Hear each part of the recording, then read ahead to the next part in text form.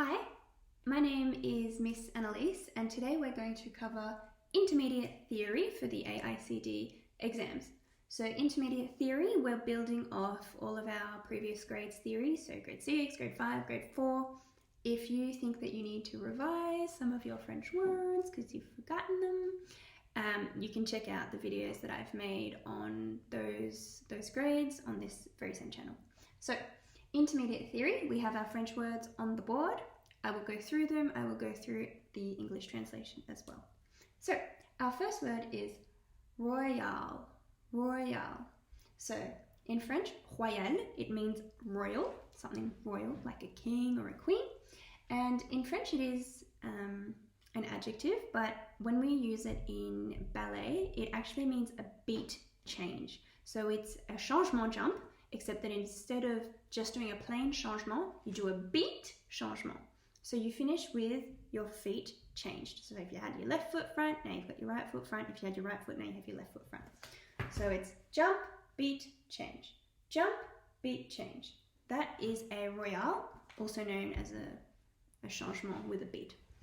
Okay, our next word is rotation, rotation.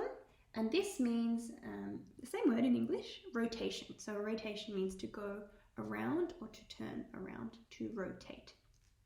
Next word is composer, composer, and this means composed, composed. So composed is multiple things put together. So you might have composed steps in ballet. So what can I think of? I think ballet composé is one that is covered, and so that is like a ballet jump together with a step. So you've put two things together, you've composed a step. Our next word is entrelacé, entrelacé, and this means interlaced, interlaced. So we have our entrelacé jump, and that is our feet are like interlaced going behind us. So it's like interlaced behind us. Obviously, if I was up and dancing, this would be a bit better, but our focus is theory.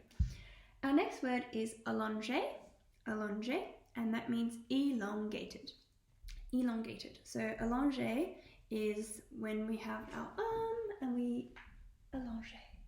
So it's typically something that you'll see at the end of an exercise when you're finishing and returning your arms back to your bras bar, but also between steps. So I'm in an arabesque and I'm going to allongé my arabesque. I'm going to take it up. I'm going to keep it moving. So allongé, to elongate. Next is manège, manège. So a manège is a merry-go-round. So it's like also like a roundabout. In terms of ballet, that's when you do a turning step around the room. So if you're in your square rectangular studio, you start in one corner and you go around in a big circle, perhaps doing your chaînés or your piqués or whatever turning step you might do. That's a manège. It might just be you by yourself, but it might be you with lots of other students. So manège, you're like a merry-go-round, going around and around and around. Okay, then we also have the grand saut de basque, grand saut de basque. So grand means big, saut means jump, basque is a place in the south of France. It is the big saut, the big jump of the Basque people. So this is part of Grand Allegro. Yes, so we can call it the big jump of the Basque country or the Basque people.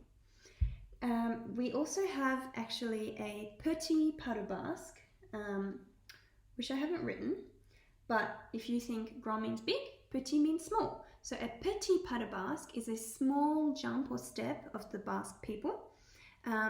So the petit pas de basque is actually done en tournant, turning. Petit pas de basque en tournant. We do this in the diagonal in this grade. Petit pas de basque en tournant. Our next word here to learn is syncopation. Syncopation is when you do something off the main beat. So it's like 1 and 2 and 3 and 4 and 5 and 6 and 7 and 8. And it's used in quite a bit of folk dancing. And on the topic of folk dancing, in intermediate, we cover the Sevillana. So the Sevillana is a folk dance that comes from Spain, from the Sevilla region, which is in the south of Spain. So the Sevillana is a folk dance, a regional Spanish dance. Okay, So that's our theory. These words here, and petit pas de basque en tournant. Okay, now in intermediate, your examiners may ask you some questions about concepts in dance practice, that you will have to explain, elaborate on. So the first thing that you may be asked about is ballet stretching. So what are the safety considerations when stretching in ballet? So this is something that you can also take the time to research, go on YouTube, read some things, what is ballet stretching, ideas for stretches. So safety considerations for ballet stretching, you really need to be warm before you stretch. So being warm means that you have moved that part of the body and the blood is flowing and the joints are feeling good and mobile. If you don't warm up, you might do something such as go too fast, too hard, too deep in a stretch, and you might pull or strain or tear something, and so this is what we want to avoid. They're very serious injuries, and they'll obviously impact on your strength and your progress in ballet. So you should be very, very careful. Other safety considerations when stretching, you need to think about the space that you're in. For example, if you're somewhere where you're, stretching and you might slip because there's water, you might slip and hurt yourself. So that's something you need to be very conscious about. So not just how you're doing it, but where you're doing it. Am I doing it in a safe spot? All right, so that's ballet stretching. The next thing to cover in intermediate will be technique and safety points for turns and for traveling turns. So the examiner will expect you to answer with comments about posture, weight placement, weight transfer, spotting with your head, coordination of the arms and the legs, timing and spacing, and spatial awareness in the room. So turns, how do you do a turn safely? You need to think about where you are. Are you going to hit another dancer? You need to think about where you're traveling. You need to think about using your head so that your turns are crisp, so that they're very sharp. You need to be doing your turns on the right timing. You need to be doing turns with the correct posture. So with your chest open, your shoulders down, your weight right on that supporting leg, so that you're not falling out of your turn or falling over or going over your ankle, something like that. So there's a lot of considerations with turns. So just turns, pirouettes on the spot, but then also traveling turns. So any en tournant step, maybe petit pas de basque en tournant, for example. Chaînés, they turn as well.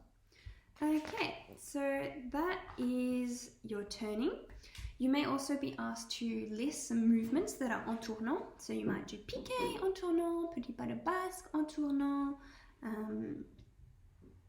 There's a whole variety of steps that you can do with a turn in ballet. All right, now in terms of intermediate, things that students should also be thinking about is strength. So how do you develop strength? We mentioned stretching just before, but a big part of ballet is being strong. So how do you develop strength? So the primary way we do it is by repeating movements, specific movements. For example, we do frappés, we do tendus again and again and again. We do our pliés, we do jumps. All of these things help us develop our strength so that we become better dancers and that we have more endurance, and that when we do our steps, they are better, they are bigger, the legs go higher, or we can dance longer. So strength, you can do bar work. Bar work is the primary way to develop strength, but you can also do things outside of your ballet class, such as Pilates, where you're learning to train certain specific muscles. So you isolate a muscle or a muscle group, and then you work on that. So for example, you might have done abs. So abs is your stomach muscles. They're important in ballet for keeping your upper body nice and straight. They also help you lift up out of your hips so that you can use your legs better. You might do things like sit-ups, you might do things like planks. These are things as well to strengthen us, strengthen our muscles. So you can be very flexible, but without strength, it's not much use. Strength without flexibility is not good either. So in ballet, we want to find the balancing point between strength and flexibility. And finally, in intermediate, so it's quite an advanced level, dancers should be thinking about dance quality. So what does dance quality mean? That's a very good question, and I think that it is something that is unique to every dancer.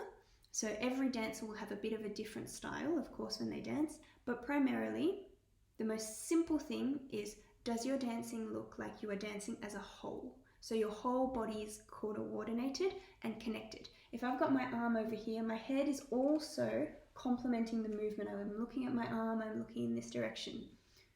If I'm using my legs and arms and things over here, but I'm just looking off here, it looks disconnected. Dance quality is about not just following the eyes and the arms and coordinating the arms and the legs, but also looking to make your work look beautiful. So thinking about lines, thinking about when you look at the audience, when you might use a bit more allongé, when you might use your breathing differently. So it's the artistic element in ballet. So we don't just want to be mechanical dancers that execute the steps, but also dancers that try and make our work look beautiful and lovely and all connected. Dance quality is something that you will definitely have to investigate in your own time.